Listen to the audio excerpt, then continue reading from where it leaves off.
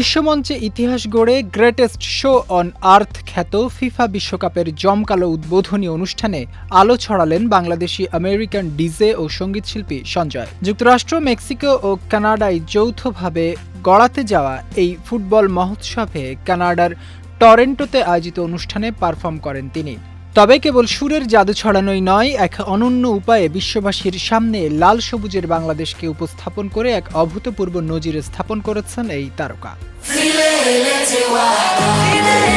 12 June রাতে Toronto স্টেডিয়ামে Canada ও বসনিয়ার ম্যাচের আগে অনুষ্ঠিত এই উদ্বোধনীতে বলিউড তারকা নোরা ফাতেহির নতুন গানের সঙ্গে মঞ্চ মাতান ফরাসি পপ তারকা ভেজি ড্রিম এবং সঞ্জয়। এই পারফরমেন্সের সময় সঞ্জয়ের পোশাকের ডান হাতের অংশটি বিশেষভাবে নজর কাড়ে সবার। সেখানে ফুটিয়ে তোলা হয়েছিল বাংলাদেশের 3টি জাতীয় মোটিভ: জাতীয় পশু রয়্যাল বেঙ্গল টাইগার, জাতীয় ফুল শাপলা এবং সবুজের মাঝে লাল বৃত্তের অঙ্কিত জাতীয় পতাকা। পারফর্ম করার সময় তিনি বারবার নিজের স্লিভের দিকে আঙুল নির্দেশ করে গর্বের সাথে বাংলাদেশকে বিশ্বমঞ্চে প্রদর্শন করেন, যার ভিডিও ইতোমধ্যে সামাজিক যোগাযোগ মাধ্যমে ভাইরাল।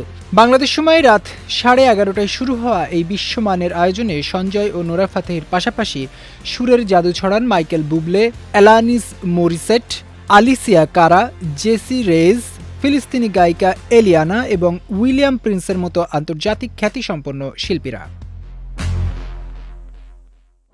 বৈচিত্র্যময় এই তারকাদের পারফরমেন্সের মাধ্যমে উদ্বোধনী অনুষ্ঠানটি যেমন কানাডার বহু সাংস্কৃতিক পরিচয়কে তুলে ধরেছে, ঠিক তেমনি সঞ্জয়ের এই দারুণ প্রয়াসের হাত ধরে কোটি ফুটবল প্রেমীর এই বিশ্বমঞ্চে সগৌরবে উচ্চারিত হল বাংলাদেশের নাম।